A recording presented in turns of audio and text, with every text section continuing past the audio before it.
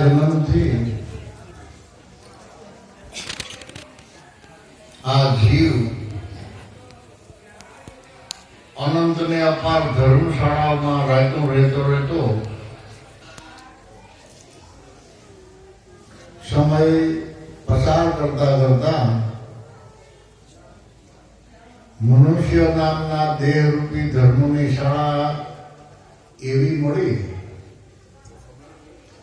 કે જેની અંદર વિવેકથી સત્ય અને અસત્યને પારખી શકે. નહીતર અનંતને અપાર એવા દેહ, એવા અવતાર, એવી યોનિમાં આ જીવ ભીમો. પણ કોઈ એવી ધર્મશાળા ન મળી કે જેની અંદર સત્ય અસત્યને પારખી શકે. કારણ કે ખટ દર્શનમાં સબ કોઈ ખેલે મનमुख माया धारी, कहाँ से आया कहाँ समाया देखो तंत विचारी. ખટ દર્શન નો અર્થ જગત. આ જગતમાં અનંત ને અપાર જીવ સૃષ્ટિ પરમાત્માએ બનાવી છે. આપણને એના નામે ન આવડે. થોડા ઘણા પ્રાણીના કદાચ આપણે નામ જાણતા હોઈએ, પણ પ્રાણીનો કોઈ પાર નથી. એવી જીવ સૃષ્ટિ ચાર ખાણીની પરમાત્માએ બનાવી: ઈંડસ, પિંડસ, જરાયુ ને ઉદ્ભીજ. એમાં રખડતો ભટકતો કર્મ કરતો જાય, ભોગવતો જાય, કરતો જાય, ભોગવતો જાય. એમાં જ્યારે આ જીવના કર્મ, સત્ય કર્મનો થોડો સ્ટોપ થાય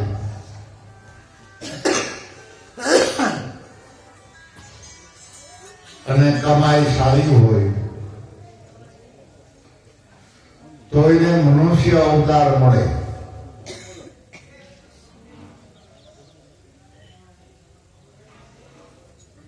તો મનુષ્ય નામનો દેહ જીવની માટે દુર્લભમાં દુર્લભ, કિંમતીમાં કિંમતી. આ જગતમાં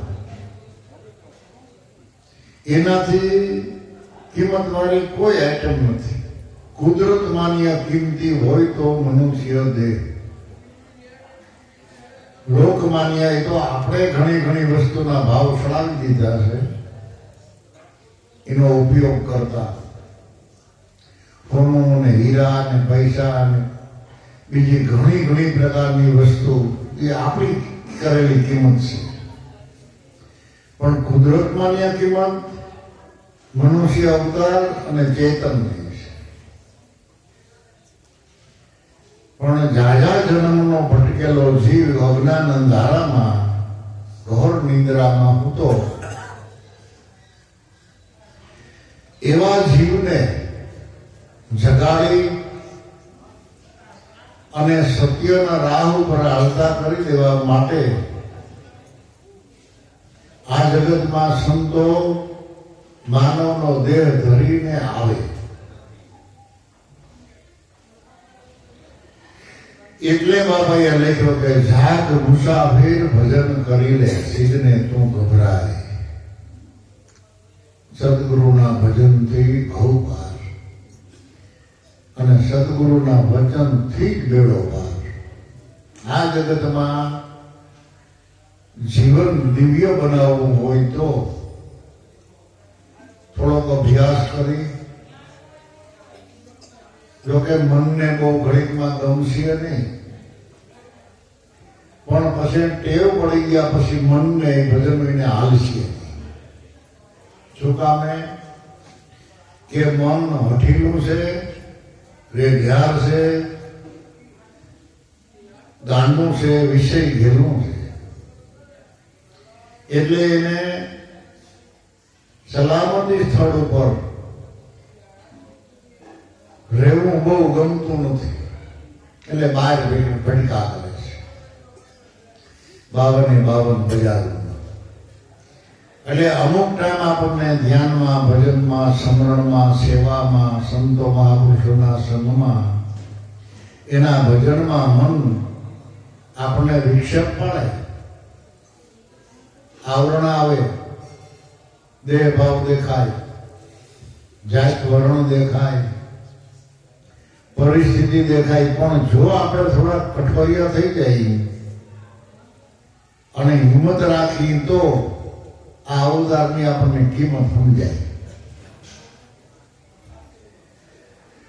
તો એ જગાડવા માટે મહાપુરુષોએ કેવડી મહેનત કરી કે જ્યારથી ગુરુચરણે ગયા ત્યાંથી જમીનમાં હમાઈ ગયા ત્યાં સુધી એના મોઢામાં બીજી વાત ન આવી અને દિલમાં બીજી કોઈ માન્યતા નહીં કે સર્વશ્રેષ્ઠ, સર્વગુણ સંપન્ન, ત્રિકાલા બાધ્ય, જન્મ મરણ રહિત, અખંડ અવિનાશી એ પદની ઓળખાણ કરાવવા માટે મહાપુરુષો મહેનત કરે છે.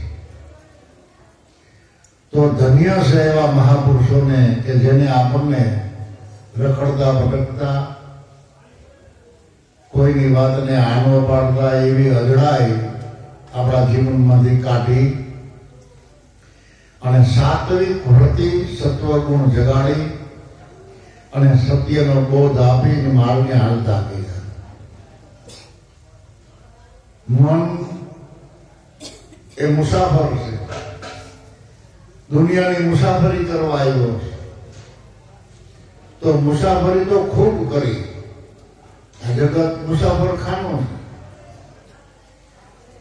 પણ ભાગ્યશાળી જે જીવ હતા એને મુસાફરી કરતા કરતા આ જગતમાં જ્યાં જ્યાં સંતો બેઠા છે, સંતો મહાપુરુષોના ચરણ પડ્યા છે, એ તીર્થનું ધામ છે. જગત મુસાફર ખાનું છે, મન મુસાફરી કરવા નીકળ્યો છે અને કોઈ એવા તીર્થના સ્થળે જો પૂગી જાય તો એના બધાએ કરેલા કર્મ બળીને ભસ્મ થઈ જાય. કારણ કે કર્મ ક્ષેત્રે કર્તમ પાપમ તીર્થ ક્ષેત્રે મુક્યંતિ, તીર્થ ક્ષેત્રે કર્તમ પાપમ વજ્રલેપમ. આ જગત, આ મૃત્યુલોક એ કર્મ ભૂમિ છે. આ જગતમાં મનુષ્યો હારા હારા કર્મ કરે, ભોગવે, સ્વાર્થ સાધે, પોતાના મન માનેલા જીવન જીવે. એટલે આ જગતને, આ મૃત્યુલોકને કર્મભૂમિ કહેવાય છે અને કર્મનું ક્ષેત્ર પણ કહેવાય.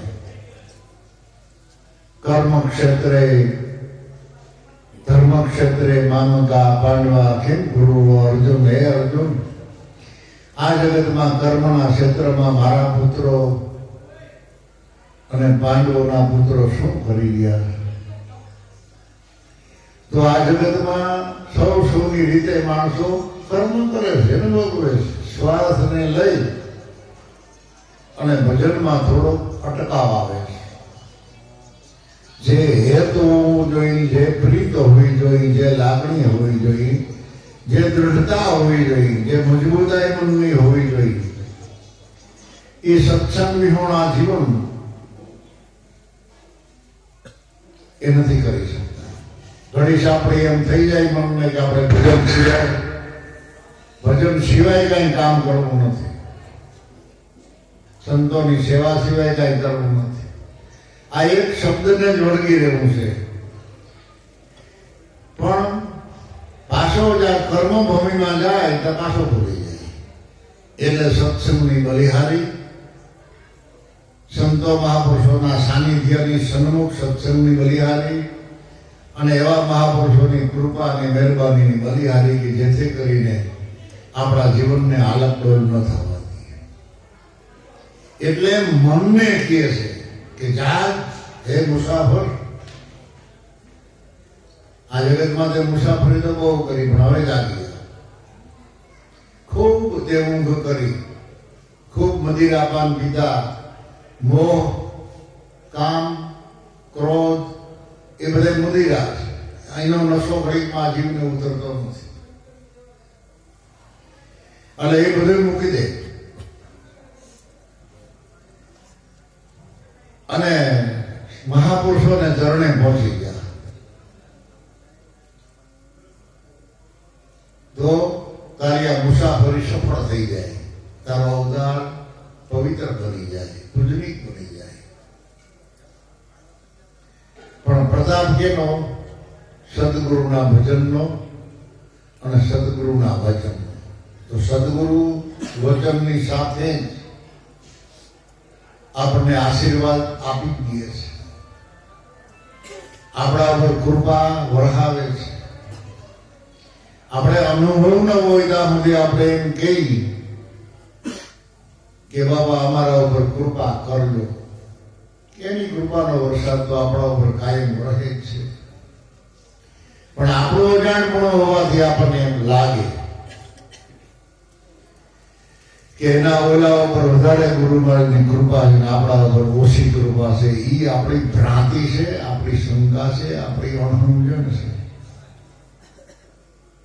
કૃપા તો એની દરેક જગ્યાએ સરખી છે. સૂર્યનો પ્રકાશ શહેરમાં, ગામડામાં, જંગલમાં, અત્રિયા બધાને સરખો કે વધી ઘટ્યું હોય તો એવું સદગુરુની દ્રષ્ટિ છે. વરસાદ ક્યાંય સારા માણાના ખેતરમાં વરહવું, બીજાના ખેતરમાં ન વરહવું, એવું વરસાદના દિલમાં ખરું કાંઈ નહીં.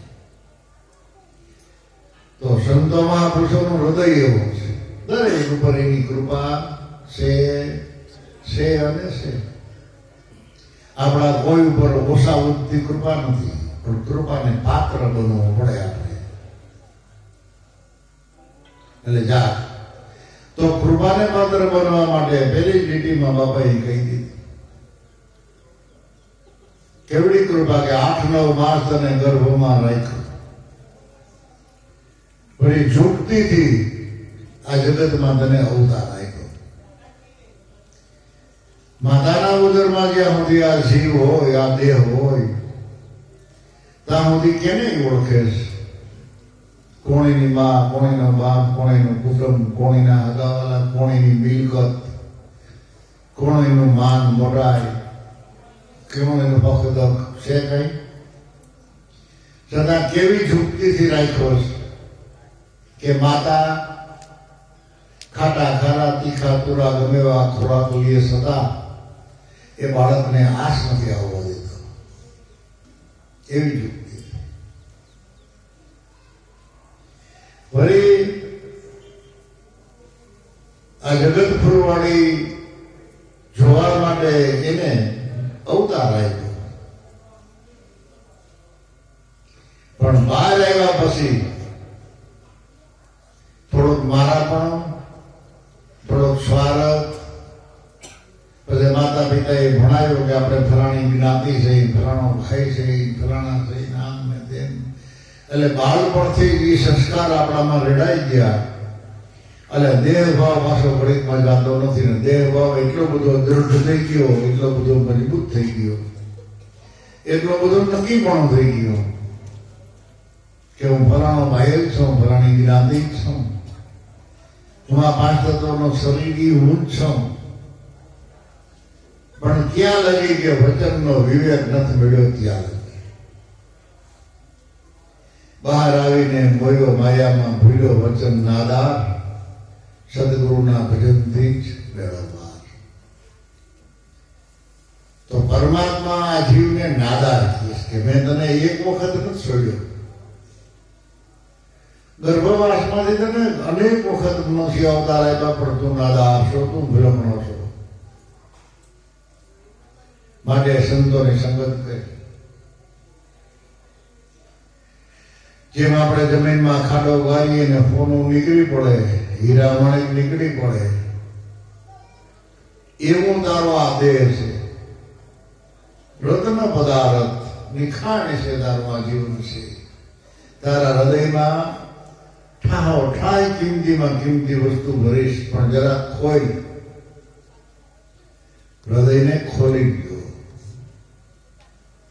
રતન પદાર્થ દેહ આ દેરી મત ગુમાવીશ કરી તેરી મેરી. સત્સંગમાં બેઠા પછી, સત્સંગમાં આવ્યા પછી, ગુરુ ચરણે ગયા પછી એ તારો મારું નથી જાતું. શું કામે કે અભ્યાસ ઘટે છે, સ્વાર્થ એટલો બધો કનડે કે ફલાણો ભાઈ મારા જેવો જ્ઞાની નથી, મારા જેવો સમજેલો નથી.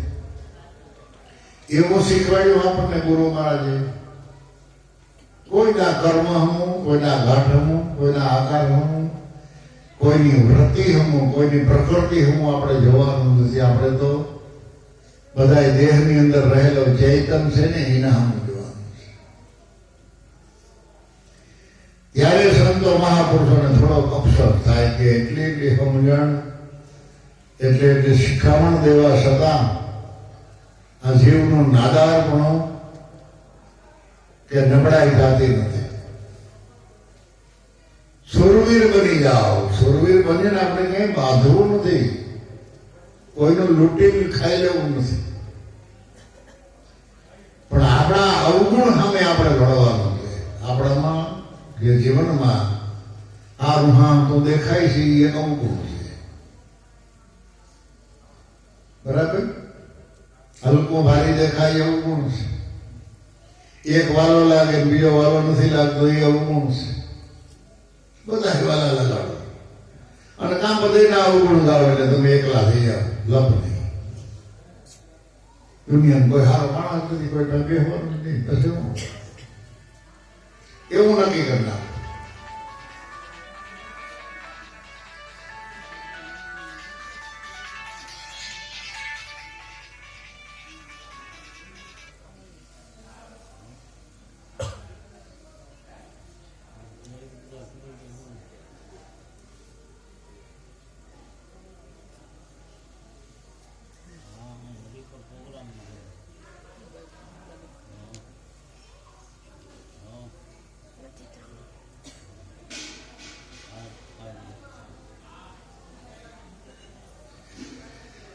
એટલે જાગો. ધર્મક બાપા જેવા સદગુરુ આપણને ઉગુમ ફોજના પાયાના પુરુષ મળ્યા અને આપણા માટે જ કેમ જાણે એને મનુષ્ય અવતાર લીધો હોય, આપણને જગાડવા માટે જ. કેવડી મહેનત કરી, કેટલા ઉજાગરા કર્યા, કેટલી દોડધામ કરી. શરીર હાલતું હોય ને હાલતું હોય, થાકોડો, બીમારી, ટાઈમે ખાવા મળે ન મળે, આરામ થાય ન થાય, છતાં પરાયું ભલું કરવા માટે સંતો મહાપુરુષોની મહેનત છે.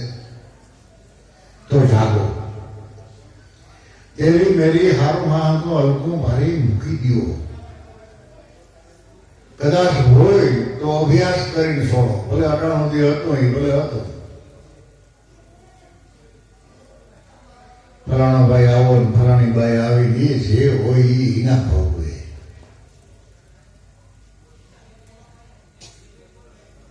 આપણે શું કરે ભોગવે, ખોદે પડે, થોડે થાકે અને ખાઈ ધરાય. ખાલી ભોજનની વાતો કરો તો ધરાઈ ન રહી, આપણે ખાવું પડે. એટલે એકલા પડી જાઓ, સ્વતંત્ર બની જાઓ. જેને જેમ જીવવું હોય એની મરજી. અને સંતો મહાપુરુષોના કેવા પ્રમાણે જીવવું હોય તો એની મરજી. એને આંગળી સીધીને કેવું ભાઈ તું ભજન નથી કરતો, તું કુછ કરો છો ને આ નથી કરતો. સંતોથી કોઈને એક આંગળી સીધીને કોઈને કહેવાય તમારી આ ભૂલ છે. પણ એક વાતનો ખ્યાલ રાખજો. મને થોડોક એવો અનુભવ છે સંતોને સેવતા, ધર્મક બાપાને બધેને, હરિરામ બાપાને જોતા એવો ખ્યાલ આવે કે કોઈ મનની મગરૂજીમાં રહેતા નહીં. એમ ન માનતા કે બાપાને કાંઈ ખબર નથી, આપણે ગમે એવું તેવું જીવન જીવી હાલ છીએ. તમે ગમે એટલા કિલોમીટર આ જાય છે ને તો સંતોને ખબર પડી જાય, એ નોટ કરી લેવાની. એટલે જ આપણે એને અંતર્યામી કહીએ છીએ. આપણે એને હાકટલા ભાવથી મળી, ખોટકલા ભાવથી મળી, સ્વાર્થના ભાવથી મળી કે ભેળસડિયા ભાવથી મળી, એ સંતોને ખબર પડી જાય છે. એ કેમ ખબર પડી જાય છે એ તો ગુરુ મહારાજ જાણે, આપણે કઈ જાણતા નથી. પણ એને ખ્યાલ આવી જાય એટલે એનાથી છોડી નહીં રાખતા. સંતોના હૃદયથી મનમાં છોડી ન રાખવી. જેવું હોય એવું આમાં આવીને હાજર થઈ જાય તો આપણે નિખાલસ બની ગયા કહેવાય. શું કહેવાય? નિખાલસ. તો આપણે સંતો છોડાવે. એટલે રતન પદાર્થ કિંમતીમાં કિંમતી અવતાર મળ્યો છે, પણ મત ગુમાવસ કેરી કેરી મેરી. તેરી મેરી કરવામાં, હારું હારું કરવામાં અવતાર ગુમાવતો નહીં. તો શું કરવું કે સંત સમાગમ સાર શોધી લે, સંતોના ચરણોમાં જા, એનો સત્સંગ સાંભળ, એમાંથી સાર ગ્રહણ કરી લે અને ગ્રહી લે વિવેકને વિચાર. આ એનો વિવેક છે. અને વિચાર જે તને વિચાર આપે એ વિચારને દ્રઢ કરી લે.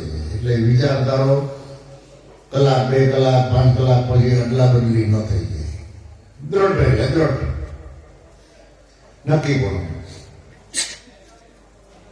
નગર સવારમાં નક્કી કર્યું કે આજે સોમવાર રહેવો છે, કોઈ સારું સારું ખાવાનું દીધું કે કઈ વાત ને પાછો સોમવાર રહેવો.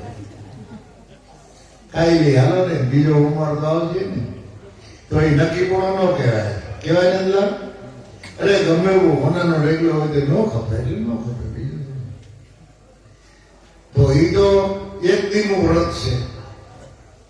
એ વ્રત ને જીવ વ્રત ને ફલાણું ઘણા વ્રત છે.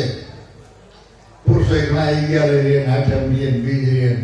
એ તો પણ સમય મર્યાદામાં છે. અને આપણું તો આ શબ્દનું વ્રત છે. સદગુરુ શબ્દે સત્ય વ્રત સાધી, આરાધ્ય અંતરથી આત્મ રામ, નામને નિશાને કાયમ નિજ મન રાખીએ. બરાબર? તો રહીએ ધીરજ ધારણા નિજ ધામ. ધીરજ રાખવી, ધારણા રાખવી અને નિજ ધામમાં આપણે કાયમ માટે રહેવાનું. આપણું વ્રત 16 કલાક જીવી ત્યાં સુધીનો વ્રત છે. શ્વાસે શ્વાસે એને ખ્યાલી રાખવાના, ડગલે પગલે યાદી રાખવાની, હરતા ફરતા યાદી રાખવાની, ખાતા પીતા યાદી રાખવાની. આ વ્રત ઊંચામાં ઊંચું વ્રત હોય તો આ સદગુરુ ચરણમાં ગયા અને સંતોએ આપ્યું એ વ્રત. વ્રત ભંગ ન થાવ. ઈ વિવેક અને ઈ વિચાર ગ્રહણ એટલે ખાઈ જાઓ, ગળે ઉતારી જાઓ. ખાધું એને કહેવાય કે ગળે ઉતરી ગયું હોય, પાસન થઈ જાય છે ને, એ ખાધું. માટે જાગ મુસાફિર ભજન કરી. ગભરામણ શું છે કે હું ભાઈ અટાણ સુધીમાં આપણે ઘટ્યું, ખાવાનું મળી જાય, પહેરવા ઓઢવાનું મળી જાય, 5 પૈસા વાપરવાના મળી જાય, હાંજ પડે તો ખાઈને હોઈ જાય, નીંદર આવી જાય. હું તમને બીક શું છે કયો? બીક તો એ છે ને કે આપણે મરી જવાના, વાયલા જલસા કરતી હતી તો તમે મરી જાવ તો જલસા કરવાના જ છે. તમે કે હું કે આમ જાડા પડવા કોઈથી કઈ નહીં થાય કે થાય. અને હકીકતે જે તપાસ કરો ભજનના મૂળમાં જઈને તો કોઈ કોઈનું નથી પુના. ઘડી આપણી લોકલા જે માણસો ઓલો મત કરે, બાકી છે ભગવાન એ નિશાન ઉપર રહેવાનું. કોઈને કોઈને પેટમાં કરતું અને કોઈથી કોઈનું દુઃખ લઈ શકતું નથી. બહારનું દુઃખ લઈ શકે. બરાબર? આપણા ઘરમાં કોઈ બીમાર હોય તો એને એકને જ ભોગવવાનું ને. કદાચ તમે દુઃખીનું લ્યો તો શું લ્યો? તમે ચા પાણી પાવો, દવા પાવો, ખવડાવો, પીવડાવો, હેરવો ફેરવો, પણ જે પીડા થાય શરીરમાં એ કોણ લઈ શકે? એ કુદરતે કાયદો રાખ્યો જ નથી દેવાનો. દુઃખ કોઈ લઈ શકે નહીં. અને એ કુદરતે કાયદો બહુ ફોરવર્ડ રાખ્યો. કદાચ લેવાય હોત ને તો કોઈ લેતે નહીં હો. તો કોઈ લેત નહીં કે હવે તમે તમારા ગોકુલ. એટલે ભગવાનને ખબર હતી કે આ આપણે અલગ રાખીએ, કોઈ લેવાનું નથી. માટે તારા દેહ દેવળમાં આપ બિરાજે અખંડ ધૂમ એની તારા ગગનમાં ગાજે. તારા શિખર ઉપર હાથમાં આસમાન ઉપર 24 કલાકે નામના નગારા ભાગી જ રહ્યા છે. અખંડ ધૂમની માં ગાજી જ રહી છે. અને તારા દેહ દેવળમાં ખોજ કર, જેવી ખોજ કરો એવી મોજ મળે. દેહ દેવળમાં આપ બિરાજે એટલે પરિબ્રહ્મ પરમાત્મા પોતે બિરાજે. જ્ઞાનીના હૃદયમાં બિરાજે છે ને અજ્ઞાનીના હૃદયમાં નથી. બધાના હૃદયમાં છે. કોને ખબર નથી, આને ખબર છે. તફાવત એટલો. ખબર છે અને ખોટું બોલે એટલે ડબલ ગુનેગાર. કોને ખબર નથી એને ભૂલ કરે તો ઉના જેટલો ગુનેગાર નથી. જગત ભગતની નિંદા કરે એ બાંધે છે કર્મના ભાતા, પણ ભગતની નિંદા કરે તો જાય ગોથા ખાતા. તો આપણે એ વાતને સમજવી જોઈએ કે આપણે હારો હું તો કરવું. ગંગાજીમાં તમે નાયા, ગંગાજીના પાણીમાં વેદમાં ઉભા જુઓ એટલે પાણીમાં છતાં હજી તમે એમ કહો કે હું ભરાઈ ગયો. બરાબર? વેદગંગામાં ગયા એટલે તમારું વર્તમાન બદલી જાય, તમારી વાણી બદલી જાય, તમારો સ્વભાવ સુધરી જાય, તમારું જીવન દિવ્ય બની જાય. તો વેદગંગામાં ગયા તો ભલે ગયા, ભલે ઉજાગરા કર્યા, ભલે 5 પૈસાના ખર્ચા કર્યા, પણ દિવ્ય જીવન બનાવો. આપણે દેખતા હોય આપણે વેદગંગામાં કે ફલાણો ભાઈ આમ કરે તો એ તમારે એના અવગુણ નહીં જોવાના. એને લીધે તમે તમારી લીધે આપણે સ્વતંત્ર છીએ. એટલે દેહ દેવળમાં આપ બિરાજે અખંડ ધૂન તારા ગગનમાં એમાં સુરતા રાખ. બહારના કાંઠે આકાર રંગરૂપમાં પદાર્થમાં નહીં રાખો. સુરતા ધરીને એને સાંભળો તો અખંડ પડે ટંકશાળ. શબ્દની ટંકશાળ 24 કલાકમાં ચાલુ છે. ગમે એટલું તમે બોલશો સત્ય વિશે કોઈ ખૂટશે નહીં તમારા હૃદયમાંથી. કેવડી ટંકશાળી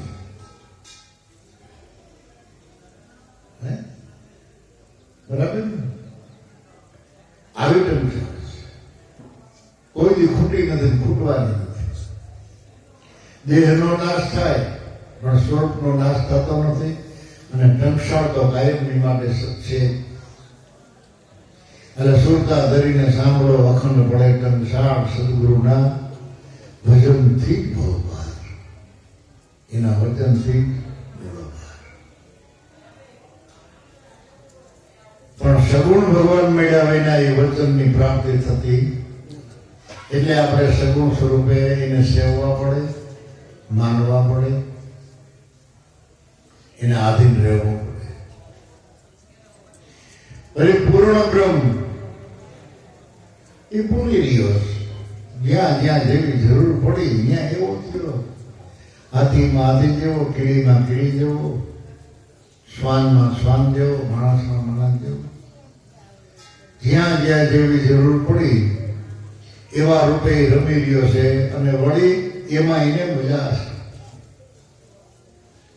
કોઈ ઈયળ, કોઈ જીવ માંદો હોય, હાજું હોય, પ્રાણી ઢેડા કરતું હોય, છતાંય તમે એના પેટમાં આમ હરિય ડાળજો, હાથી કોડાળજો, ઝપડાઈ જાય. તમને એમ થાય કે આમાંથી મુક્તિ અપાવી દે, આવા ઢેડા કરતો બંધ થાય જીવ. આ ઈ પણ એવા શરીરમાં એને આનંદ છે. એટલે કોઈનું જીવન જટી લેવું સારું નથી. એમાં એને મજા. પશુ પંખીને એવા શરીરમાં મજા છે, પણ ભજન ન થતું. ભજન તો મનુષ્ય અવતારમાં થાય છે. અને પૂર્ણ બ્રહ્મી પૂરી ગયો, જ્યાં જ્યાં જેવી જરૂર પડી ત્યાં એવું રૂપ ધારણ કરીને બેઠો. તો તમને તો વિષ્ણુ ભગવાનની કળા ઓળખાવી ગુરુ મહારાજે. તમે સંસારમાં સંસાર જેવા, ગીતગંગામાં ગીતગંગા જેવા, દેવની સભામાં દેવ જેવા, ભગવાનની સભામાં ભગવાન જેવા, લૌકિકમાં લૌકિક જેવા અનંત રૂપ તમે લઈ શકો અને તમારી આબાદી રાખી શકો, એવી આપણને આ નામ નિશાની આપી ગુરુ મહારાજે. પણ એને ભૂલવું નહીં. હાલતા ચાલતા ખાતા પીતા હરતા ફરતા એની યાદી રાખે. યાદી એની આબાદી. અને પૂર્ણ પૂરી દિવસ આપણે કઈ પુરવાર કરી શકીએ આ દુનિયાના જીવને ખાવાની, એ તો આપી ગયો છે. જ્યાં જેવો ત્યાં એવો. નામ નિરંતર, કોઈનો ઘટ ખાલી નથી એ સતનામના પ્રકાશ વિના. નામ નિરંતર, ઠામ નહીં કોઈ ઠાલું. આવી મૂર્તિ અનંતને અપાર. કેટલા માણસ, કેટલા ઘાટ, આકાર, રંગ, રૂપ, પદાર્થ. આ જીવ સૃષ્ટિનો કોઈ ગણિત ન કરી શકે વિજ્ઞાન દ્વારા, પણ એવું આ જગત પરમાત્માએ બનાવ્યું.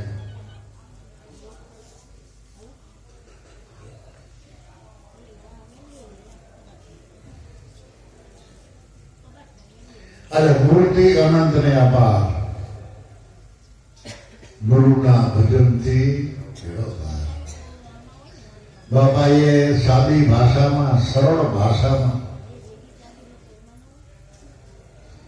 માણસોને, ગુરુ બાળકોને, સાધકને કેમ કેવું પડે સમજવું, અને કોઈ આંટી ઘૂંટી વિનાના શબ્દો ટાંકી દીધા. પછી જપી લે અજંપા, શ્વાસે ઉશ્વાસે. તો શિવ અને શક્તિ એનું રૂપ એક જ થાય. જે શિવ છે એ શક્તિ છે, અને શક્તિ છે એ શિવ છે. નજીક આવો તો શિવ શક્તિ એ જ તમારા શ્વાસોશ્વાસ છે. ગુરુરૂમથી તપાસો તો જે શ્વાસોશ્વાસ એ જ ગુરુ અને શિષ્ય છે. અને એ જ અજંપાના જાપ 24 કલાક ચાલુ છે. જપવા પડે એમ નથી, એમાં સુરતા રાખો. જપી લે અજંપા, શ્વાસોશ્વાસ, શિવ શક્તિનું રૂપ એક જ થશે. લાલ ત્રંબકના નાથ ઉગારામ કે દર્શાશે અખંડ અપાર, ઘટો ઘટમાં દર્શાણ. પણ પ્રતાપ કેનો? સગુણ. જે પ્રગટ મળ્યા એનો પ્રતાપ. એટલે સગુણ થી નિર્ગુણ અને નિર્ગુણ થી સગુણ. સગુણમાં જો શ્રદ્ધા હોય તો નિર્ગુણ નક્કી થાય, અને નિર્ગુણ સ્વરૂપ નક્કી થયો એટલે સગુણમાં તમારી શ્રદ્ધા વધે, ઘટે નહીં. માટે જાય આ જગતની મુસાફરી બહુ કરી.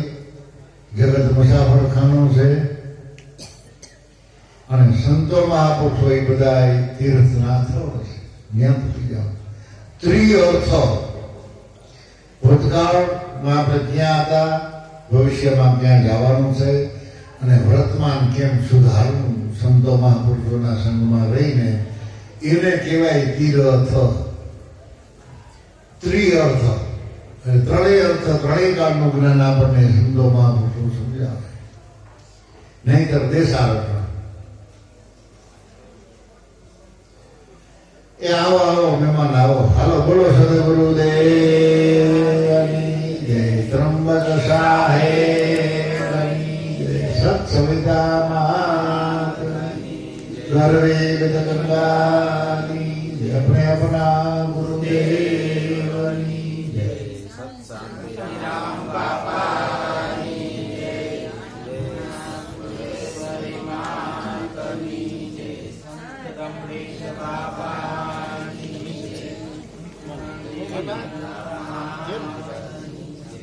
કેવી રીતે